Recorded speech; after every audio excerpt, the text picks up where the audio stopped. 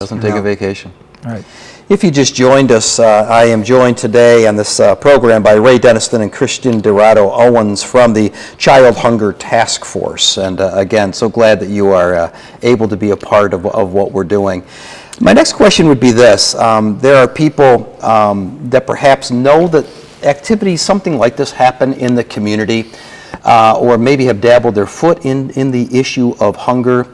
How can people get involved? The person that's listening or watching this program and has a heart for social issues and justice and all of those things we're striving for, what words of wisdom could you share with them as to how they could get involved? How could they get connected with the many things that you're offering? Sure. So there's a couple different ways. I mean, lots of different ways to get involved with food. There's really great organizations in the area, and that's one thing I feel really privileged to be here. I grew up here and left here for a while and came back. And one of the things I was really, surprised to see is how much momentum there is for food justice and for food security issues and for hunger alleviation. So there's a plethora of different organizations in the area who are really great, to work on different things. With summer meal programs in general, I would say, getting in touch with any of us, getting in touch through the different networks that we have online. We have a couple sites that just went out, Feed Broome, Feed Tioga, and Feed Chemung. They're summer meal sites. They represent the Hunger Task Force in those counties. That has interactive mapping tools which community residents can look at to find meal sites, find resources, and it also is kind of a base for anybody who's looking to get involved to find volunteer opportunities, to see, I have some time, I have some free time, I have some access to these resources, and I'd like to share them. I'd like to get them to people who could use them. So again, those are Feed Broome, Feed Tioga, and feedchemung.org. And so at the summer meal sites, again, I'm talking before, we could use people to help supervision of the sites, but also with programming, helping do fun things for the kids. Donations are always accepted by CHOW and organizations like Broome Bounty, and they do a great job. And the food bank of the Southern Tier has volunteer opportunities, as does Vines volunteers, improving neighborhood environments. The Food and Health Network does work. All of the health departments, all of the organizations in the area who are looking at the nexus of food and health, and social justice, really, in a sense, are active. And I would say, food is ever pervasive, so there's plenty of opportunities to get involved. In the food world, and we welcome you. We welcome people to come lend a hand. And maybe just as an opening, if a person who is interested, doesn't really understand the program, just wants to visit a site, look up online and find out where a nearest site is. Go ahead and take a look at it. As you probably know, that it takes a little bit of work to set up a site. You have to get the site, you have to get set with the food, you have to get set with the volunteers. So you may find in your area there's a need, but you're not quite sure how it works. Visit one and then become the catalyst to make that happen in your own community and bring those foods. A place where we still struggle is our rural areas. It's easy to find sites in the middle of town. Sure. All the kids live around there. But if you're in a rural trailer park with a lot of kids and parents have to go to work, and who provides that food? That's a real need. So sometimes we look for some real creative ideas of how to get food to those areas. CHOW has done some creative things with the bus and getting outreach to kids in those neighborhoods. But we need to develop kind of the infrastructure transportation type of system to be able to reach those kids that are in those isolated areas, which we know are out there. Right. So again, that's a whole new area for us to look at, outside of developing more sites in all the counties in this area. We really want to look at who we're not reaching and see what we can do to improve that. How many sites are we talking in those three areas, and what kind of for lack of a better word, institutions or organizations are being these sites? I mean, is there a typical, and how many are we talking? Okay. I know there's around 30 sites in Broome. Okay. There's I think 16 sites in Tioga, and there's over around a dozen sites in Chemung. And the majority of these are held at community meal programs and churches and soup kitchen type places. Schools. A lot of them in schools and parks. And so those are the sites that generally are hosting my meal sites. One thing I want to add real quickly about volunteers, my volunteer pitch here, is that food, getting involved in this kind of work is a lot of fun. It's one thing to go and to hand out food in that sense, and be that kind of relief, and that's one way of looking at it. But getting involved and connecting with somebody, over the shared value that is food, and listening to their story and eating and sitting down and having a meal with somebody. That's a really enriching experience. That's a really spiritual experience. And I think, that is what has made me kind of more dive into this work. And I would encourage any volunteers to really view it as that. It's not just time and giving something away and standing there. It's, interacting with people, getting to know their story, through food and through the shared space that food creates. And so, I would say if anybody is looking to get involved, that would be, it's a great arena to do so.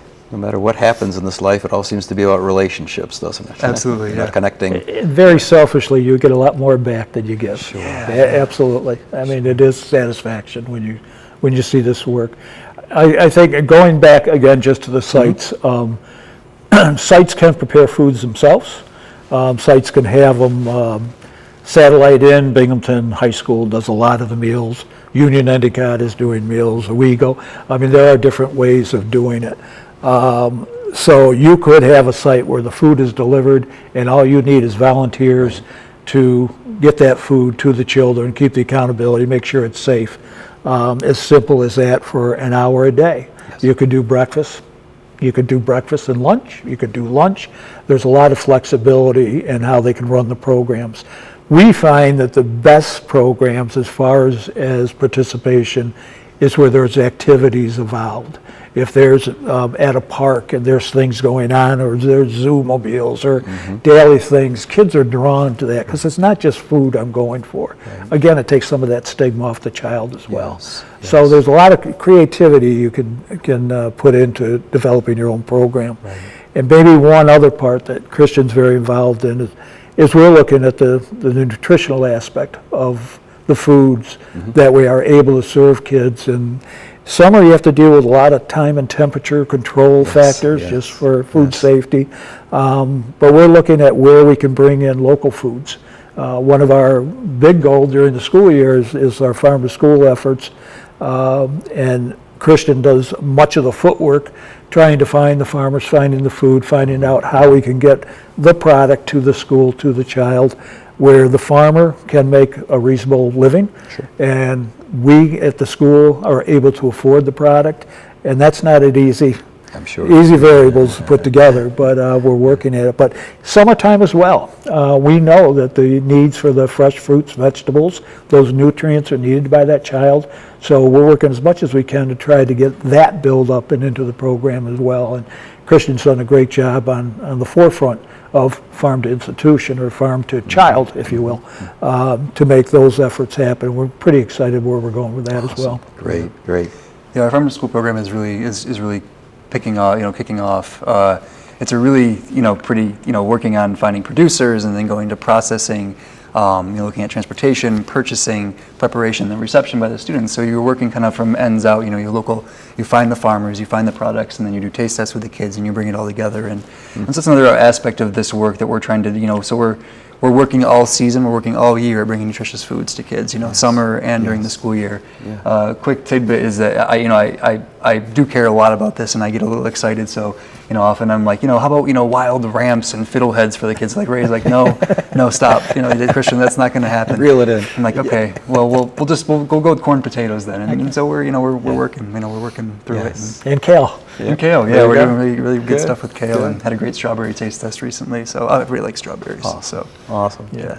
Well, we've talked about people that how they can volunteer and how sites can be created and such. I'd be interested, just real quick, on what about the people that are tuning in and such things that could really benefit from this program or for programs like that? You were talking about the stigma at times. Is there any words of wisdom that you can share there to those that could really benefit from something like this with the summer lunch program? I would just say to all people that all of us are very close to having to be in that situation. None of us, regardless of our state in life, could be totally removed. A tragic whatever can happen in your life, and you can have nothing and have to reach out to people. I don't think any of us probably like that, but I think that if we were the ones in need and they were the ones with, they'd reach out to us. We need to feel as comfortable. They need to feel as comfortable coming to us so we can give to them. When I give to you, I'm getting back so much more than you're getting, believe me. So you're doing me a favor by allowing me to do this. Giving charity is what we're supposed to do as human beings. It's not a second nature thing. I think it's inborn in us, and I think it is something that you're going to find is well worth it. So if you're in need, we want to be there for you. That's why we're here, and that's what we do, and that's what makes us the happiest. So please take advantage of these programs. That's why they're there. Absolutely, yeah. This is in charity is one word, that is good, but I like to think of it. This is sharing. We're sharing food, we're sharing space, and resources, and we're all on the same plane in that. Everybody is. I could eat. I need to eat. Ray needs to eat. We all need to eat, and so that is the shared space that it creates, and everybody's welcome. I'm welcome. We're all welcome. Anybody to come and to participate in these things. So awesome, great. We have about a minute or two left.